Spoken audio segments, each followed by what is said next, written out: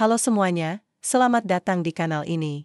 Hari ini, saya akan berbagi sebuah kisah yang mungkin akan membuat Anda merenung, bahkan mungkin merasa sakit di hati. Ini adalah cerita yang datang dari sudut kota Jambi yang ramai, dari balik dinding-dinding. Rumah yang terlihat sempurna namun menyimpan retakan yang tak kasat mata. Kisah ini tentang Anindita, seorang istri yang membangun dunianya dengan cinta dan kesetiaan, dan Satria, suaminya, yang membiarkan kesempurnaan itu runtuh demi godaan sesaat.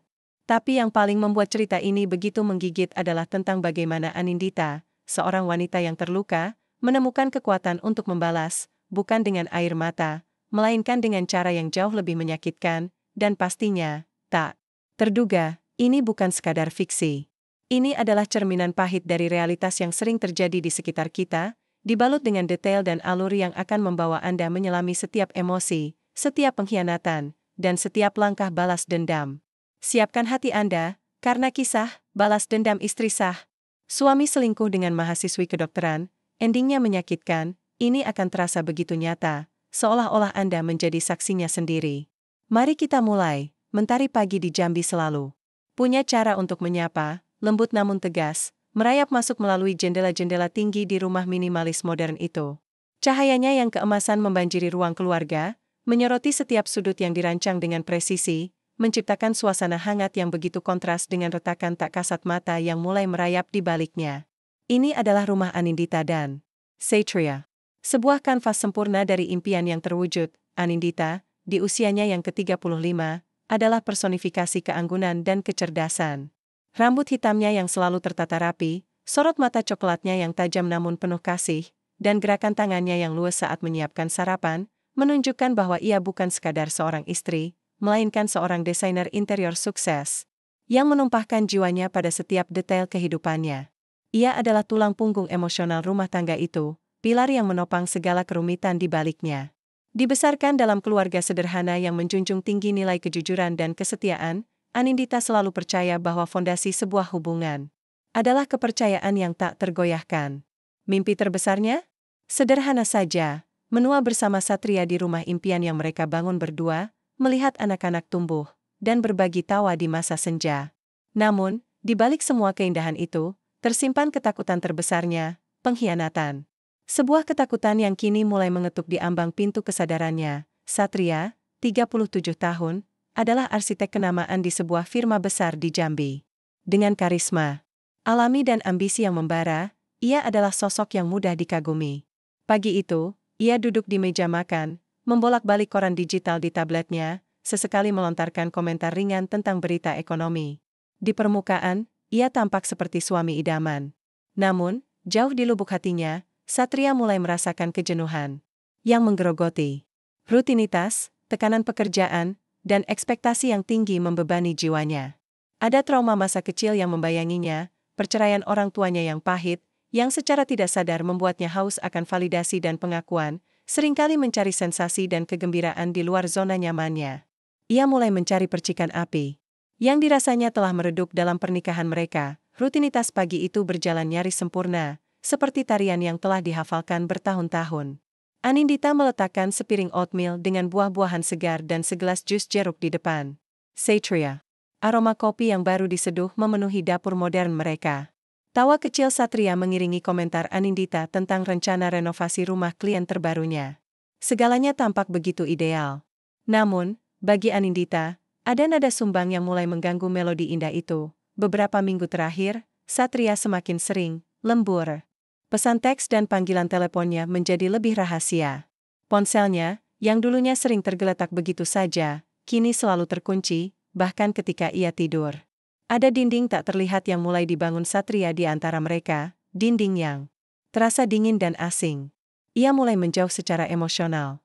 Pelukan menjadi lebih singkat, tatapan mata menjadi lebih hampa, dan percakapan mereka hanya berputar pada hal-hal pragmatis. Anindita, dengan kepekaan naluriahnya, merasakan perubahan. ITU. Namun, ia berusaha mengabaikannya, meyakinkan diri sendiri bahwa ini hanyalah fase kelelahan kerja, atau mungkin tekanan proyek baru. Ia tidak ingin merusak ilusi kebahagiaan yang telah ia bangun dengan begitu susah payah, namun, ilusi itu mulai runtuh pada malam ulang tahun pernikahan mereka yang ke-10. Anindita telah menyiapkan makan malam romantis di rumah, menyalakan lilin, memasak hidangan favorit Satria, dan memakai gaun yang dulu ia kenakan saat kencan pertama mereka. Ia menunggu. Jam demi jam berlalu. Pukul 9 malam, Satria baru tiba, tergesa-gesa, dengan raut wajah lelah yang anehnya tidak tampak tulus. Ia minta maaf berkali-kali, mengklaim terjebak proyek mendadak yang tak bisa ditunda. Anindita memaksakan senyum, hatinya mencelos. "Selamat ulang tahun pernikahan, sayang," bisik Anindita, mencoba mempertahankan nada riang. Satria berhenti sejenak, wajahnya mengernyit. "Ulang tahun pernikahan," gumamnya, seolah baru teringat. Matanya melebar, sepasang mata yang biasanya penuh gairah kini memancarkan rasa bersalah dan kaget. "Ya Tuhan, Anin, aku benar-benar lupa. Aku minta maaf. Pekerjaan ini benar-benar menguras pikiranku." Kata-kata itu bagaikan tamparan dingin. Lupa. Satria melupakan ulang tahun pernikahan mereka yang ke-10, sebuah tanggal yang selama ini selalu mereka rayakan dengan penuh kebahagiaan. Anindita merasakan hantaman keras di dadanya. Bukan karena hadiah yang tidak ada, atau makan malam yang dingin, melainkan karena pengabaian yang begitu telanjang. Rasa pahit merayap di tenggorokannya. Sebuah ketakutan yang sebelumnya hanya bisikan, kini mulai berteriak. Malam itu, Anindita tidak tidur. Ia terbaring di samping Satria yang pulas, memandangi langit-langit kamar yang gelap. Kata, "lupa," itu terus bergema di benaknya. "Ini bukan sekedar lupa. Ini adalah indikasi dari sesuatu yang jauh lebih dalam, sesuatu yang mengikis pondasi pernikahan mereka." Kecurigaan yang selama ini ia coba tekan, kini muncul ke permukaan, tak terbendung. Ilusi kesempurnaan telah retak, dan dari celah itu, Anindita mulai mencium bau kebohongan. Aroma asing yang menusuk, jauh lebih tajam dari parfum mahal atau kopi hangat di pagi hari. Ia tahu, di dalam hatinya yang paling dalam, bahwa sesuatu yang sangat salah sedang terjadi. Dan ia tidak akan bisa mengabaikannya lagi. Malam-malam setelah ulang tahun pernikahan yang terlupakan itu, Anindita tak lagi bisa tidur tenang. Bayangan senyum Satria, yang kini terasa hampa, terus menghantuinya. Kata, "lupa," itu berulang kali berdengung di telinganya, setiap kali semakin menyakitkan. Ia tak bisa lagi mengabaikan firasat buruk yang terus menekan dadanya. Firasat itu memaksanya untuk bertindak, untuk mencari tahu apa yang sebenarnya terjadi di balik dinding-dinding privasi Satria. Anindita bukanlah tipe wanita yang menyerang secara membabi buta. Sebagai seorang desainer, ia terbiasa dengan detail, dengan perencanaan strategis, dan dengan mengamati. Ia memutuskan untuk melakukan investigasinya sendiri, diam-diam, tanpa menimbulkan kecurigaan. Langkah pertamanya dimulai dari hal-hal kecil, yang mungkin dianggap remeh oleh orang lain. Ia mulai memeriksa setiap bon belanja, setiap struk pembayaran yang ditinggalkan Satria di saku celana atau tas kerjanya. Ia mencari anomali, pola yang tidak biasa. Pada awalnya, hasilnya nihil. Hanya struk makan siang kantor, bon bensin, atau pembelian kebutuhan rumah tangga. Namun, suatu sore, saat Anindita membantu Satria membersihkan dompetnya yang berantakan, ia menemukan selembar struk yang mencurigakan. Itu adalah struk dari sebuah restoran Italia mewah di kawasan kota Jambi, restoran yang bukan langganan mereka. Tanggal pada struk itu adalah 2 minggu sebelumnya, malam saat Satria mengklaim ia lembur hingga tengah malam di kantor. Jumlah pembayarannya pun cukup besar, untuk 2 porsi makan malam lengkap dengan wine dan hidangan penutup. Jantung Anindita berdetak kencang. Ia mengambil foto struk itu dengan ponselnya, menyimpan bukti kecil yang terasa begitu besar. Kecurigaan itu kini memiliki bentuk, sebuah alamat. Anindita mulai melacak pergerakan Satria. Ia tak langsung mengikutinya setiap hari, itu terlalu berisiko. Ia melakukannya secara acak, memilih hari-hari di mana Satria terlihat lebih rapi dari biasanya atau memiliki jadwal yang tidak biasa. Suatu sore, sekitar pukul 5 sore, ia melihat mobil Satria keluar dari kantor. Anindita, yang saat itu, kebetulan, sedang berada di dekat sana dengan alasan bertemu klien, memutuskan untuk mengikutinya. Ia menjaga jarak, memastikan mobilnya tak terlalu mencolok di antara hiruk-pikuk lalu lintas Jambi. Mobil Satria tidak pulang ke rumah. Ia melaju ke arah kawasan perkantoran dan bisnis yang lebih modern, sebelum akhirnya berhenti di depan sebuah kafe bergaya vintage yang cukup ramai. Anindita memarkir mobilnya beberapa blok jauhnya, lalu berjalan kaki mendekati kafe, mencoba menyamarkan dirinya di antara keramaian pejalan kaki. Dari balik jendela kaca kafe, ia melihat Satria duduk di salah satu meja di sudut, tampak santai dan tersenyum. Dan di depannya, Duduk seorang wanita muda, wanita itu cantik, dengan rambut panjang tergerai dan senyum yang ramah. Usianya jauh lebih muda dari Anindita, mungkin awal 20-an. Anindita mengamati mereka dari luar. Cara mereka tertawa, bahasa tubuh mereka yang santai namun akrab, dan pandangan mata Satria yang penuh perhatian pada wanita itu. Itu bukan tatapan seorang rekan kerja. Itu adalah tatapan seorang pria yang terpikat. Anindita mengambil ponselnya, gemetar, dan mengambil beberapa foto dari kejauhan. Fokus kameranya bukan hanya pada Satria dan wanita itu, tetapi juga pada detail kecil yang sebelumnya ia lihat. Sebuah gelang unik dengan ukiran spiral, yang pernah Satria pakai beberapa kali belakangan ini, melingkar di pergelangan tangannya. Dan di pergelangan tangan wanita muda itu, tampak pula gelang yang sama persis. Dunia Anindita seolah runtuh. Bukti itu, meskipun hanya sekilas, terasa seperti palu godam yang menghantam hatinya. Namun, Anindita tahu ini belum cukup. Ia membutuhkan bukti yang tak terbantahkan, sesuatu yang bisa ia pegang dan tak bisa disangkal. Malam itu, ia menunggu. Satria tertidur lelap. Jantungnya berdebar kencang saat ia dengan hati-hati mengambil ponsel Satria dari meja nakas. Tangannya berkeringat saat ia mencoba kombinasi password yang mungkin. Tanggal lahir mereka, nama panggilan mereka, tanggal ulang tahun pernikahan mereka. Semuanya nihil. Anindita hampir menyerah. Air mata sudah menggenang di pelupuk matanya. Lalu, ia teringat sesuatu. Satria pernah mengeluh bahwa ia lupa passwordnya dan mencoba memakai tanggal penting lain. Ia mencoba tanggal ulang tahun adik Satria, yang selama ini dekat dengannya. Dan klik. Ponsel itu terbuka, cahaya layar ponsel terasa menyilaukan di kegelapan kamar. Anindita mulai menjelajahi isi ponsel itu. Pesan-pesan di aplikasi chatting khusus, galeri foto, bahkan riwayat panggilan. Setiap scroll adalah siksaan. Nama, Lia, muncul berulang kali di pesan-pesan yang mesra. Kangen, sampai jumpa di tempat biasa, kamu yang terbaik. Hatinya remuk redam. Lalu, ia menemukan galeri foto. Di sana, ratusan gambar Satria dan Lia. Foto-foto mereka berdua di berbagai tempat. Tertawa, saling menggenggam tangan, bahkan ada beberapa foto yang lebih intim, menunjukkan kedekatan yang tak terbantahkan. Lia, wanita muda yang ia lihat di kafe, adalah mahasiswa kedokteran, seperti yang ia baca di salah satu pesan yang berisi pujian Satria tentang kecerdasan Lia dan impiannya menjadi dokter. Dunia Anindita hancur berkeping-keping. Udara di sekelilingnya terasa menipis. Ia tak lagi bisa bernapas. Pengkhianatan itu kini memiliki wajah, nama, dan ribuan bukti digital yang menusuk jantungnya. Ia menutup ponsel Satria, meletakkannya kembali ke tempat semula, dan beranjak ke balkon. Malam Jambi terasa dingin, namun hatinya jauh lebih beku. Air mata mengalir deras, namun itu bukan air mata kesedihan semata. Ada nyala api yang kini berkobar di dalam dirinya. API Kemrahan, API Sakit Hati Yang Teramat Dalam, dan API Tekad Untuk Melakukan Sesuatu. Ia tidak akan diameter ia tidak akan. Hancur sendiri, hancur. Hancur lebur adalah satu-satunya kata yang bisa menggambarkan Anindita saat itu. Ponsel Satria yang baru saja ia letakkan kembali ke nakas terasa seperti bara panas yang membakar telapak tangannya. Ribuan bukti digital itu, setiap foto, setiap pesan mesra, adalah serpihan kaca tajam yang menghujam jantungnya. Ia tidak menangis. Meraung, tidak, itu bukan gaya Anindita. Kesedihan mendalam itu justru memadat menjadi gumpalan keras di dadanya, terasa sesak, membekukan setiap tarikan napas. Ia melangkah ke kamar mandi, menyalakan keran air dingin, dan membasuh wajahnya berulang kali, seolah ingin menghapus semua yang baru saja ia lihat. Namun, bayangan senyum Lia, mahasiswi kedokteran itu, dan tatapan penuh gairah Satria, terus menari-nari di benaknya. Kemarahan membuncah, naik ke ubun-ubunnya, mengubah dinginnya air menjadi panas yang membara.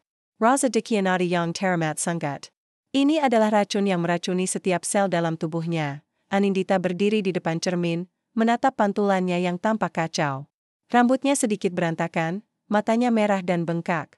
Namun di balik semua kehancuran itu, ada kilatan lain yang mulai menyala. Kilatan tekad. Ia menolak untuk hancur.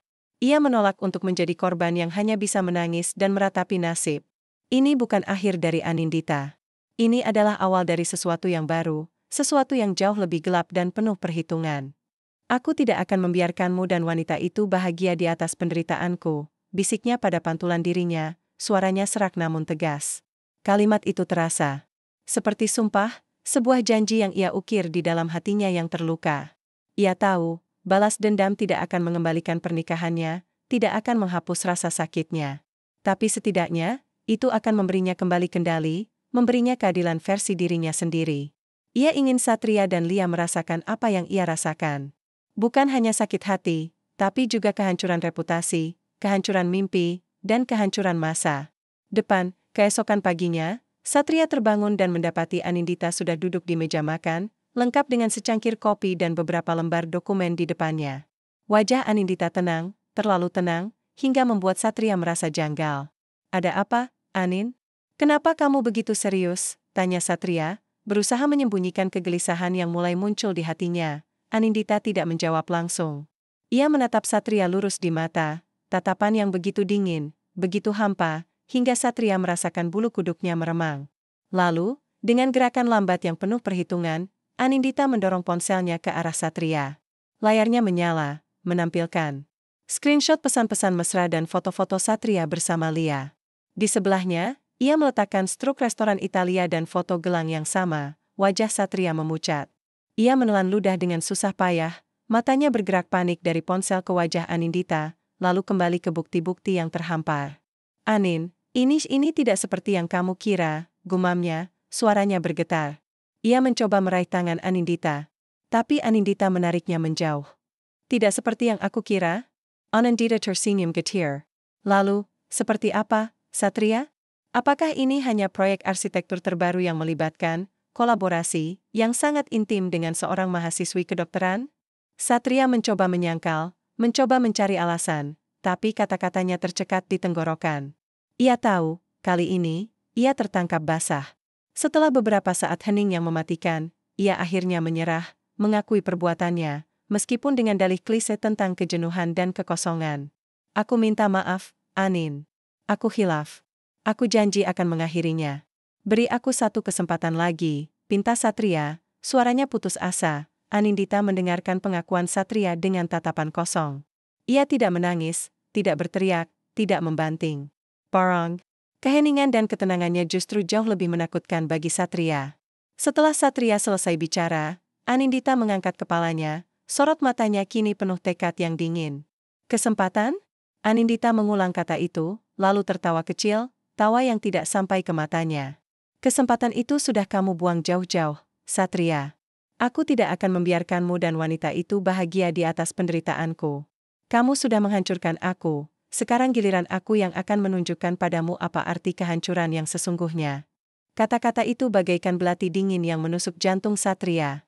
Ia tidak mengenali Anindita yang di depannya ini.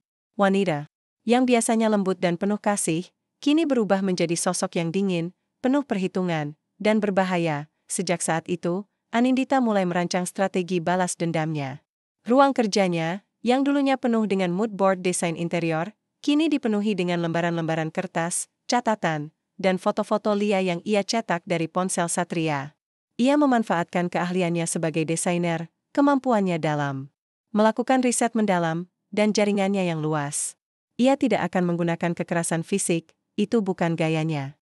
Ia akan menggunakan kecerdasannya, reputasinya, dan pengetahuan mendalam tentang kelemahan Satria dan Lia. Ia mulai mengumpulkan informasi lebih lanjut tentang Lia.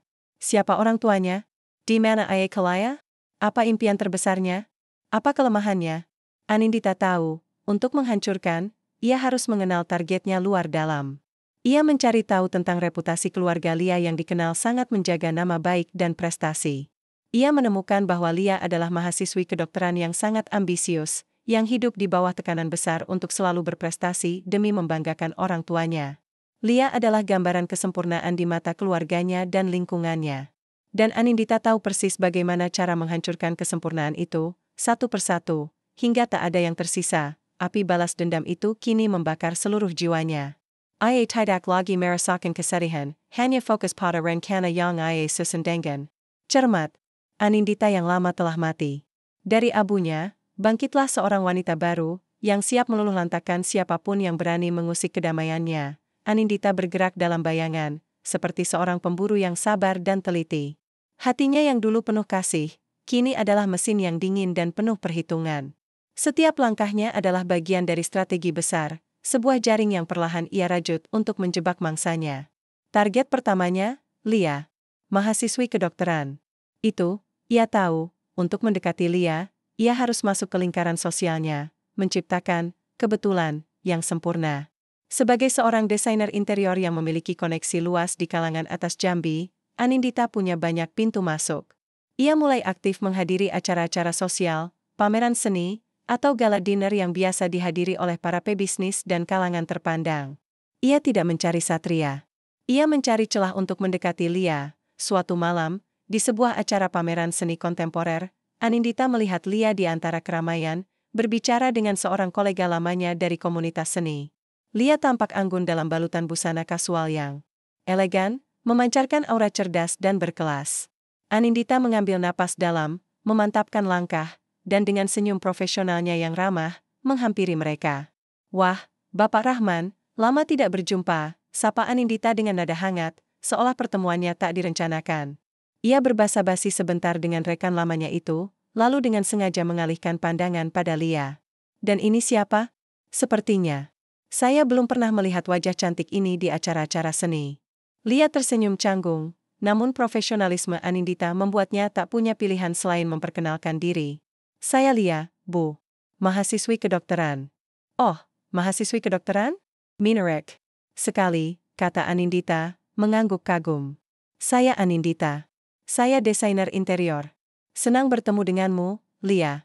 Kamu punya aura yang sangat menarik, cocok untuk dunia kreatif juga sepertinya." Dari situlah, benang-benang itu mulai terjalin.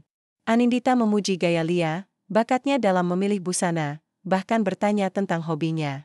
Lia, yang mungkin merasa sedikit terintimidasi namun juga tersanjung, mulai membuka diri. Anindita memposisikan dirinya sebagai seorang mentor senior yang berpengalaman, tertarik pada potensi Lia. Ia bahkan mengundang Lia untuk coffee break di studio desainnya, pura-pura ingin berbagi tips tentang estetika dan kreativitas yang bisa diterapkan dalam segala bidang, termasuk kedokteran. Sementara Anindita sibuk menjerat Lia, ia juga mengamati pergerakan Satria. Ia tahu proyek besar yang sangat diincar Satria adalah pembangunan rumah sakit baru di kota Jambi. Proyek ini dipimpin oleh seorang dermawan sekaligus pengusaha terkemuka, Bapak Wijoyo, sosok yang sangat menjunjung tinggi integritas dan kejujuran. Anindita tahu ini adalah kartu asnya. Jika Satria berhasil mendapatkan proyek ini, reputasinya akan meroket, menutupi skandal apapun di kemudian hari. Tapi jika ia kehilangan proyek ini karena skandal, kehancurannya akan sempurna. Anindita mulai memanfaatkan jaringannya untuk menjalin komunikasi dengan Bapak Wijoyo, tentu saja atas dasar profesionalisme murni.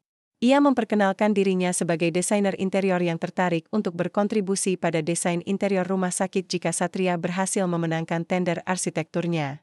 Bapak Wijoyo, yang mengenal reputasi Anindita, menyambut baik tawaran ITU. Tanpa menyadari, Satria secara tidak langsung telah membuka pintu bagi Anindita untuk mendekati targetnya. Beberapa minggu berlalu, Anindita dan Lia semakin sering bertemu. Mereka membahas tentang desain, tentang studi kedokteran, tentang tekanan hidup. Anindita selalu mendengarkan dengan penuh perhatian, memberikan nasihat yang bijak, dan bahkan sesekali memberikan hadiah-hadiah kecil yang terkesan tak disengaja. Lia merasa nyaman. Ia bahkan mulai bercerita tentang kehidupannya yang penuh tekanan, tentang orang tuanya yang perfeksionis, dan tentang mimpinya untuk menjadi dokter sukses. Anindita mendengarkan setiap detail, mencatat setiap celah, dan merangkai setiap informasi. Ia tahu, setiap pengakuan Lia adalah amunisi baginya. Suatu sore, Anindita mengajak Lia makan siang di sebuah restoran yang tidak jauh dari kampus kedokteran Lia. Lia bercerita tentang proyek skripsi dan tekanan dari dosen pembimbingnya. Anindita, dengan senyum ramah, menawarkan untuk mengantar Lia kembali ke kampus. Saat mereka tiba di area parkir kampus, Anindita dengan sengaja memarkir mobilnya di dekat tempat di mana Satria biasa menjemput Lia. "Wah, parkirnya penuh sekali ya hari ini," kata Anindita santai, seolah tak ada motif di balik keputusannya. Ia melihat beberapa mahasiswi lain yang ia kenal melalui koneksi sosialnya, berjalan melewati mobil mereka. Anindita menyapa mereka dengan hangat, bahkan sempat berbincang singkat. Dalam obrolan singkat itu, dengan nada yang begitu kasual, Anindita sengaja menyebutkan, "Tadi saya baru saja dari kantor Satria, suami saya. Dia sedang sibuk sekali dengan proyek rumah sakit barunya, Bapak Wijoyo itu loh. Untung Lia bisa membantu." Saya mencari inspirasi desain. Dia juga kenal Bapak Satria kan, Lia? Lia tersentak. Wajahnya sedikit memucat, namun Anindita dengan cepat mengalihkan pembicaraan, seolah tak ada yang aneh. Para mahasiswi itu mengangguk, tersenyum, dan berlalu. Pergi. Anindita tahu benai kekurigan telah ia tanam. Gosip adalah api yang cepat menyebar di kalangan mahasiswa. Ia bisa membayangkan bisik-bisik itu mulai beredar. Lia kenal suami Bu Anindita? Bukankah Pak Satria itu arsitek ternama? Jaring-jaring itu semakin erat. Anindita melihat ponselnya berkedip, sebuah pesan dari Satria. Ia tersenyum tipis. Satria. Tidak tahu, wanita yang menjadi mentor bagi selingkuhannya adalah istrinya sendiri. Ini baru permulaan. Permainan Anindita semakin intens, lapis demi lapis, rumit dan penuh tipu daya. Ia terus memainkan perannya sebagai mentor yang baik hati, sementara di balik senyumannya, setiap interaksi adalah sebuah kalkulasi dingin. Ada konflik batin yang merayap di hati Anindita. Ia tahu apa yang ia lakukan adalah sebuah manipulasi, tapi rasa sakit yang menganga akibat pengkhianatan Satria jauh lebih besar. Ia berpegangan pada tujuan utamanya, membalas, dan mendapatkan kembali kendali atas hidupnya. Yang telah porak-poranda, Satria, di sisi lain, mulai merasakan kegelisahan yang aneh. Anindita terlalu tenang. Ketenangan ini justru lebih menakutkan daripada amukan atau tangisan yang ia bayangkan. Tidak ada lagi pertanyaan tentang lembur, tidak ada lagi kecemburuan yang terang-terangan. Anindita seperti patung marmer yang indah, dingin dan tak terjangkau. Ia mencoba mendekat, mencoba meminta maaf lagi, tapi Anindita selalu menghindar dengan dalih sibuk dengan proyek desainnya, atau membalas dengan senyum tipis yang tak bisa diartikan. Satria merasa ada yang tidak beres, tapi ia tak tahu apa. Hanya merasakan seolah ada jurang tak terlihat yang menganga di antara mereka. Sementara itu, Lia mulai merasakan tekanan yang meningkat dari berbagai arah.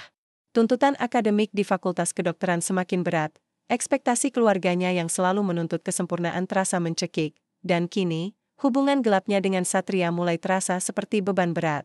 Gosip-gosip samar yang ia dengar di kampus, tentang mahasiswi kedokteran yang punya hubungan dengan arsitek senior yang sudah beristri, mulai membuatnya gelisah. Lia mencoba mengabaikannya, tapi bisikan-bisikan itu semakin sering terdengar, mengikis kepercayaan dirinya. Ia bahkan sempat bertanya pada Satria apakah ada yang aneh dengan Anindita. Suaminya hanya menenangkan bahwa Anindita sedang sibuk dengan pekerjaannya. Lia menerima saja jawaban itu, merasa bersalah sekaligus cemas. Anindita tahu betul bagaimana memanaskan suasana tanpa membakar diri sendiri. Ia memutuskan untuk mengadakan sebuah acara kecil di rumahnya, sebuah pesta apresiasi klien, untuk merayakan keberhasilan beberapa proyek desainnya. Tentu saja, ia mengundang Satria, dan dengan sengaja, mengundang Lia. Ia memperkenalkan Lia kepada beberapa rekan kerjanya dan klien penting, memuji kecerdasannya dan bakatnya dalam bidang kedokteran. Lia, meskipun sedikit kikuk, berusaha tampil ramah. Malam itu, di tengah keramaian, Anindita sengaja menciptakan sebuah momen yang hanya bisa dipahami oleh Satria dan Lia. Saat Lia dan Satria sedang berbincang di sudut ruangan, Anindita mendekati mereka dengan senyum manis. Wah, kebetulan sekali kalian berdua sedang mengobrol, kata Anindita, suaranya renyah. Lia, tahukah kamu, Satria ini dulu sering bilang kalau ia ingin sekali mendesain rumah sakit. Impian lamanya itu. Sekarang, dengan proyek Bapak Wijoyo, sepertinya impiannya akan segera terwujud. Lia dan Satria saling pandang sesaat, sebuah kilasan panik melintas di mata mereka. Anindita melihatnya. Kalian berdua memang sama-sama ambisius. Ya, lanjut Anindita, membiarkan kalimat itu menggantung di udara. Meskipun beda bidang, tapi semangat kalian untuk mencapai puncak itu sangat mirip.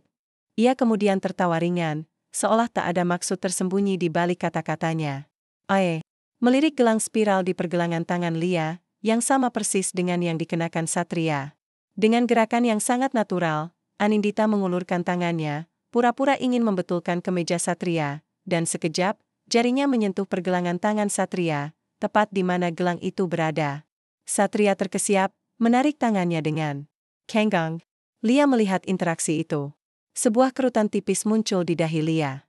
Maaf, sayang, kata Anindita kepada Satria, dengan suara yang cukup keras agar terdengar oleh Lia. Bajumu sedikit berantakan. Lalu ia beralih ke Lia. Oh, gelangmu indah sekali, Lia. Modelnya unik ya. Saya belum pernah melihat yang seperti ini. Lia menarik tangannya sedikit ke belakang, menyembunyikan gelang itu. Ini hadiah, gumamnya, suaranya sedikit bergetar. Anindita hanya tersenyum simpul. Ia tahu Lia mulai merasa tidak nyaman. Kecurigaan yang samar itu kini mulai tumbuh, membebani Lia. Ia mulai bertanya-tanya mengapa Anindita, istri Satria, tiba-tiba begitu dekat dengannya. Pada hari-hari berikutnya, Anindita juga memastikan untuk selalu, kebetulan, muncul di lingkungan kampus Lia. Ia mungkin mampir ke kantin. Pura-pura ingin bertemu dosen kenalannya, dan secara tidak sengaja bertemu dengan teman-teman Lia.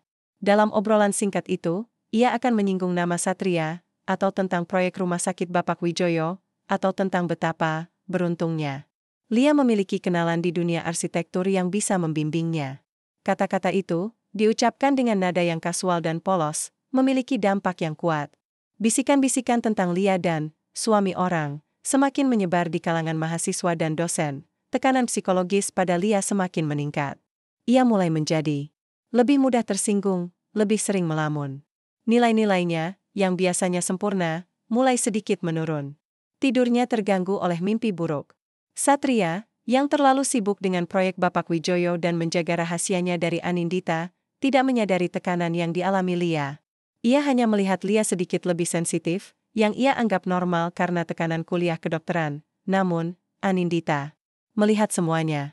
Ia melihat kerutan di dahi Lia, gurat kelelahan di matanya, dan kegelisahan yang terpancar dari setiap gerakannya. Anindita tahu, jaring-jaring yang ia pasang telah mengencang. Konflik batin Lia kini memuncak, membuatnya rapuh dan siap untuk dihancurkan.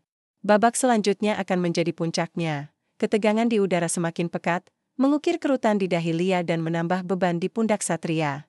Anindita menyaksikan semuanya, setiap jalagat Jalisa, setiap tatapan curiga yang dilemparkan ku era Lia oleh teman-teman kampusnya. Ia tahu waktunya telah tiba. Puncak balas dendamnya akan segera dimulai, dan ia tak akan menyisakan ruang untuk penyesalan. Proyek rumah sakit Bapak Wijoyo adalah kunci. Bagi Satria, itu adalah puncak karirnya. Penanda kesuksesan yang ia dambakan. Bagi Anindita, itu adalah alat penghancur yang sempurna. Tanggal peletakan batu pertama rumah sakit baru itu telah ditentukan, sebuah acara besar yang akan dihadiri oleh pejabat tinggi, investor, dan tentu saja, Bapak Wijoyo sendiri. Anindita memastikan ia akan hadir, dan ia sudah menyiapkan kejutan yang tak akan pernah dilupakan Satria dan Lia. Beberapa hari sebelum acara, Anindita menyiapkan sebuah flash drive kecil.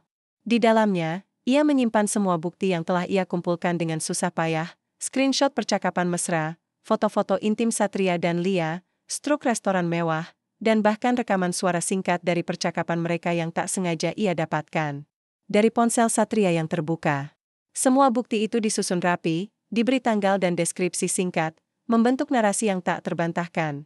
Pada pagi hari acara peletakan batu pertama, suasana di lokasi proyek, yang akan menjadi rumah sakit modern di jantung kota Jambi, terasa begitu semarak. Spanduk besar bertuliskan, Rumah Sakit Harapan Baru, berkibar gagah. Bapak Wijoyo, dengan senyum khasnya, menyambut tamu-tamu penting. Satria hadir dengan setelan jas rapi, wajahnya berseri-seri penuh kebanggaan. Ini adalah momennya, puncaknya. Ia tak menyadari bahwa di antara keramaian itu, istrinya, Anindita, hadir dengan senyum tenang yang menyimpan badai. Anindita mengenakan busana yang elegan namun tidak mencolok, berbaur dengan tamu undangan. Ia melihat Satria berdiri di samping Bapak Wijoyo, tertawa lepas, menerima pujian dari kolega-koleganya. Lia tidak ada di sana, tentu saja.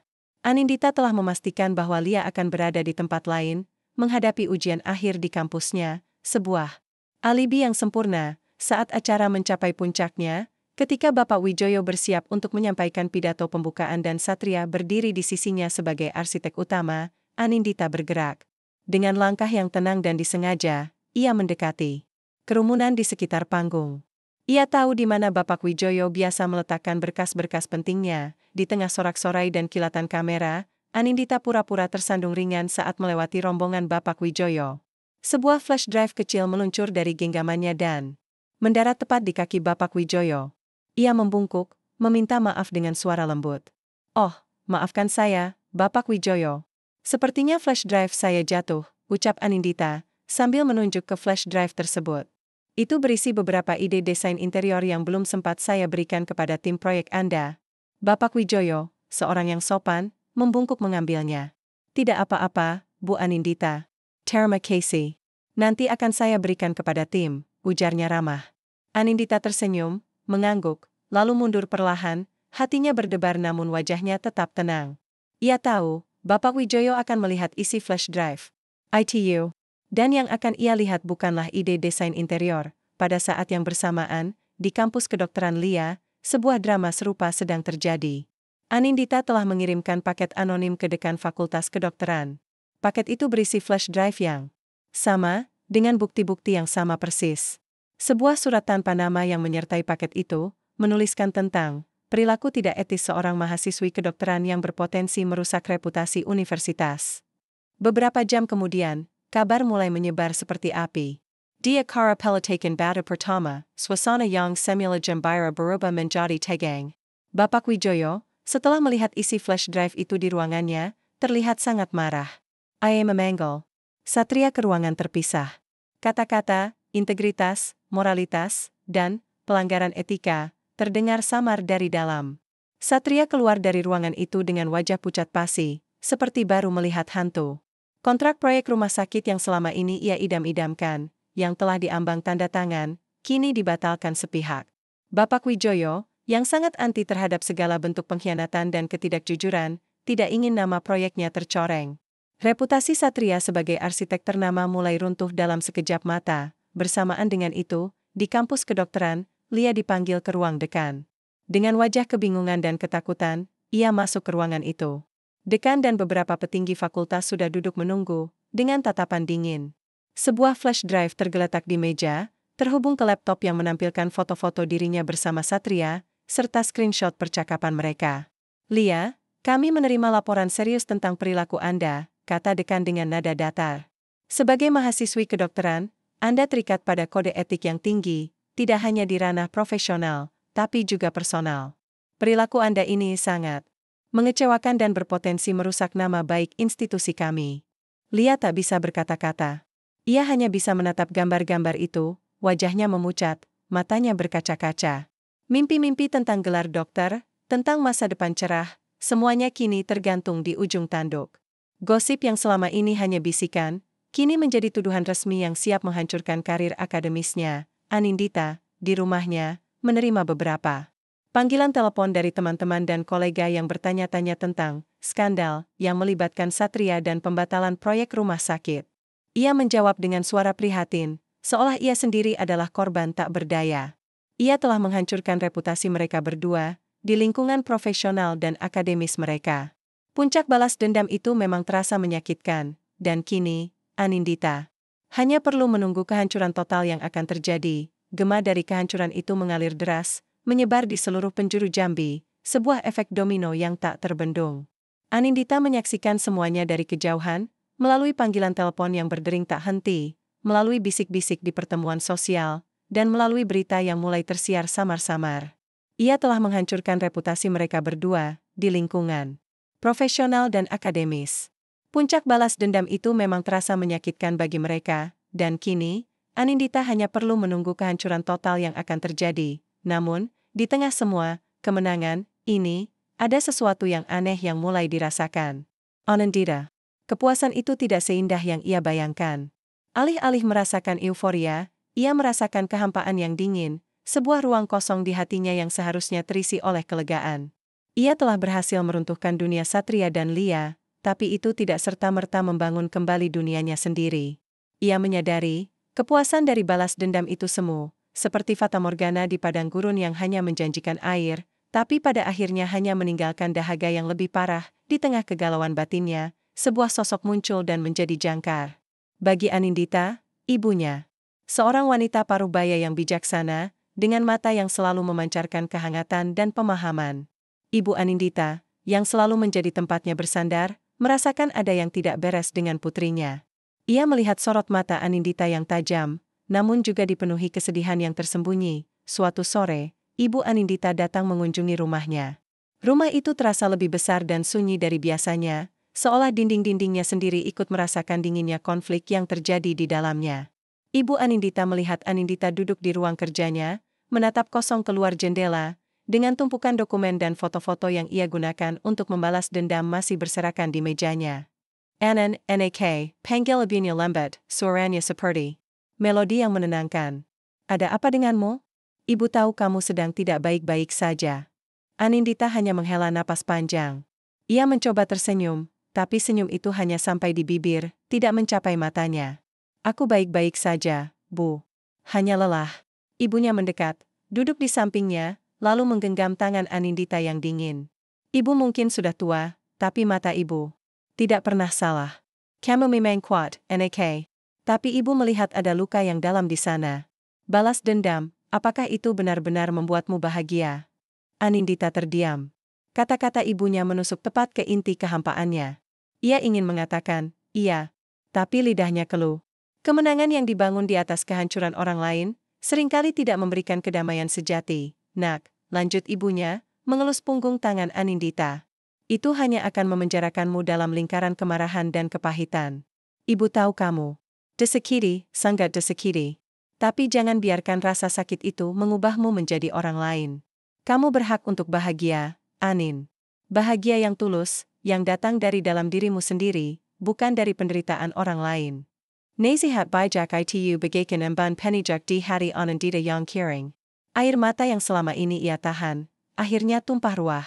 Ia menangis di pelukan ibunya, membiarkan semua emosi yang terpendam keluar.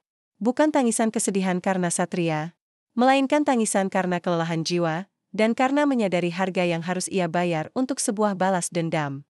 Ibunya memeluknya erat, tanpa menghakimi, hanya memberikan kehangatan dan kekuatan. Sementara itu, konsekuensi dari rencana Anindita mulai terlihat jelas bagi Satria. Telepon dari kantor datang, meminta kehadirannya di ruang direksi. Dengan wajah tegang dan hati yang mencelos, Satria masuk ke ruangan itu. Ia dipecat. Skandalnya dengan Lia, yang kini telah diketahui oleh seluruh dewan direksi dan klien penting, telah merusak reputasi firma arsitek itu. Satria meninggalkan gedung itu dengan langkah gontai, karir yang telah ia bangun belasan tahun hancur dalam semalam. Ponselnya terus berdering dengan panggilan dari klien yang membatalkan kontrak, dan media yang mencoba mencari konfirmasi tentang skandalnya. Di sisi lain, Lia menghadapi tekanan yang jauh lebih berat. Setelah sidang disipliner yang memberinya sanksi tegas, ia dipanggil oleh kedua orang tuanya yang kaya dan perfeksionis. Ayahnya, yang selama ini dikenal dingin dan kaku, menatapnya dengan kekecewaan yang mendalam. Kamu sudah mempermalukan keluarga kita, Lia. Setelah semua yang kami berikan, ini balasanmu? Mahasiswi kedokteran, berurusan dengan suami orang. Bagaimana bisa kamu begitu ceroboh? Lia hanya bisa menangis terseduh-seduh, mimpinya menjadi dokter kini di ujung tanduk. Orang tuanya, yang sangat menjaga citra dan status sosial, merasa sangat dipermalukan. Mereka memutuskan untuk menariknya dari kampus untuk sementara waktu, memaksanya cuti, atau bahkan memintanya mempertimbangkan untuk tidak melanjutkan studinya di sana. Mimpi Lia untuk mengenakan jas putih dokter, untuk mengabdi pada sesama, kini hancur berkeping-keping di bawah tekanan yang tak tertahankan. Anindita menyaksikan kehancuran mereka, bukan lagi dengan rasa haus akan balas dendam, melainkan dengan tatapan kosong. Hatinya tidak merasakan kepuasan yang diharapkan. Ia telah memenangkan perang ini, tapi ia menyadari bahwa perang ini tidak akan pernah memberinya kedamaian. Kata-kata ibunya terus terngiang di benaknya.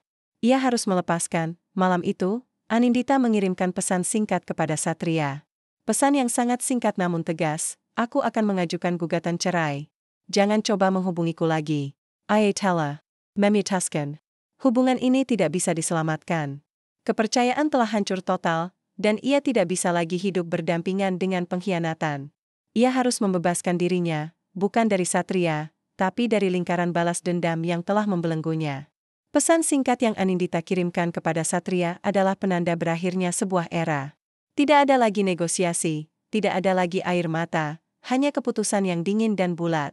Anindita tahu, pernikahannya tak bisa diselamatkan. Capricorn telah hancur total, dan tak ada fondasi untuk membangun kembali. Ia harus bergerak maju, meskipun jalan di depannya terasa asing dan sunyi, gugatan cerai segera ia ajukan.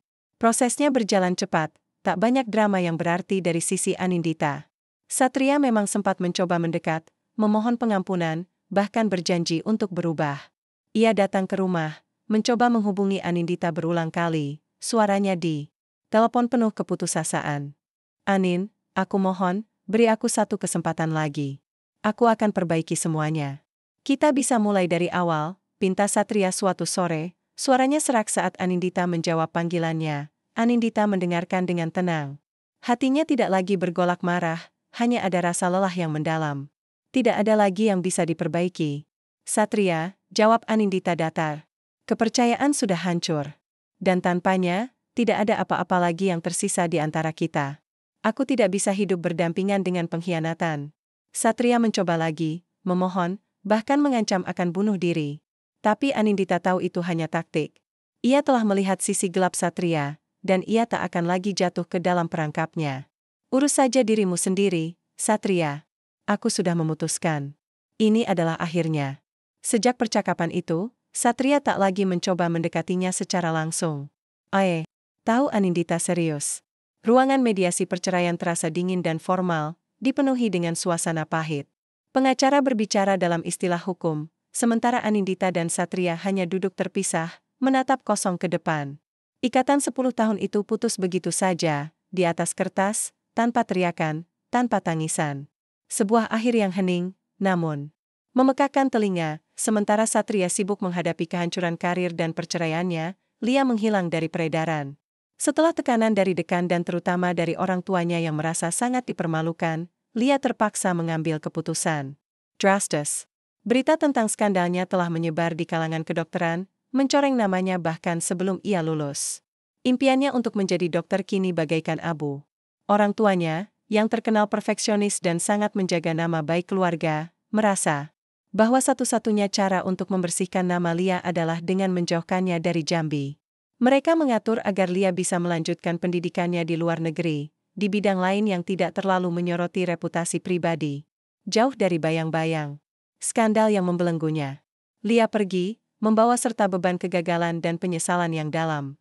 Ia tidak lagi bisa bersembunyi di balik nama besar orang tuanya atau kepintarannya. Anindita, setelah semua badai berlalu, merasa seperti baru keluar dari medan perang. Ia telah memenangkan pertempuran, namun kehilangan sebagian dari dirinya sendiri. Kehampaan itu masih ada, namun kini ia mulai merasakan secercah kelegaan. Kelegaan karena bebas dari belenggu sebuah pernikahan yang telah ternoda, dan kelegaan dari lingkaran balas dendam yang hampir melahapnya. Suatu sore, Anindita bertemu dengan Mira, sahabat lamanya yang juga seorang desainer grafis. Mereka bertemu di sebuah kafe favorit mereka di Jambi. Mira, yang selalu menjadi pendengar setia, memeluk Anindita erat.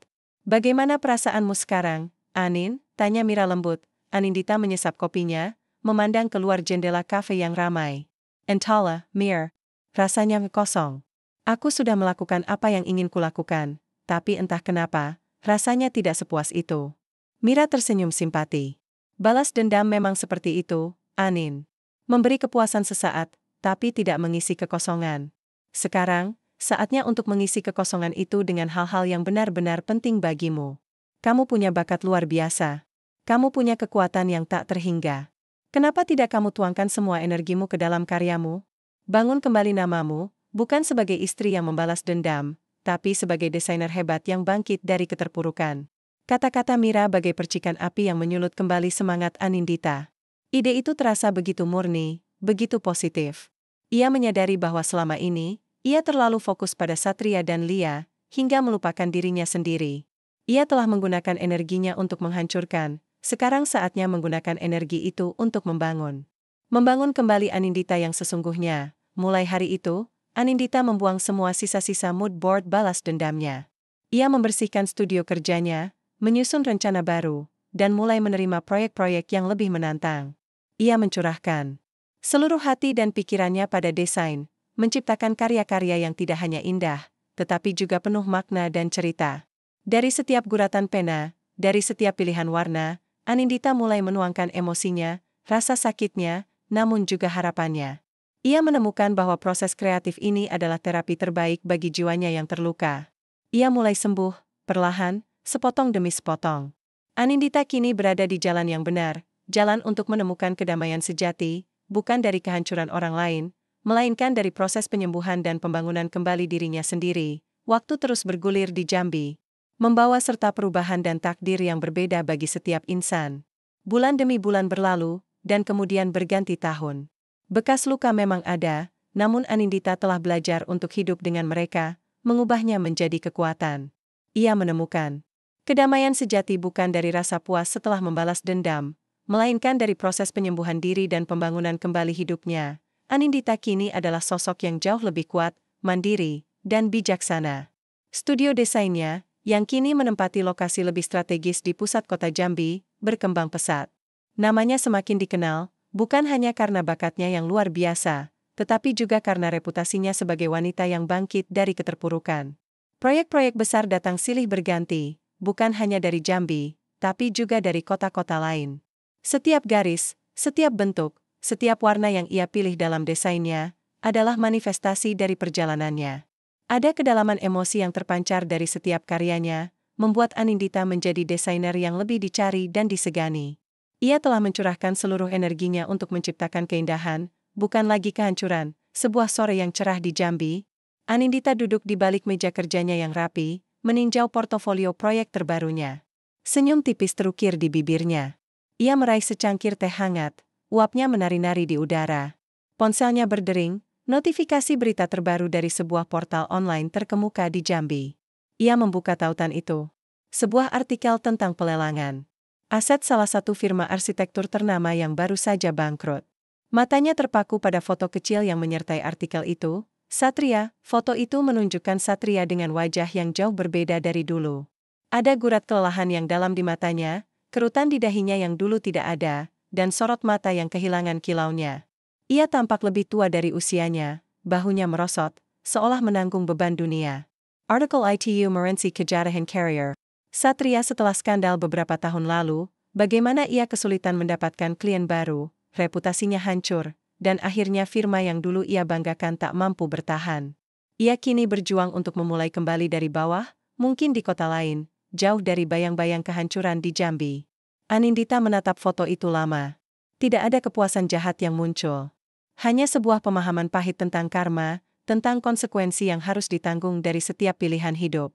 Ia tidak merasa senang melihatnya hancur, namun ia juga tidak merasakan penyesalan. Ini adalah hasil dari pilihan Satria sendiri. Tak lama kemudian, sebuah berita lain muncul di feed ponselnya, kali ini dari portal berita internasional.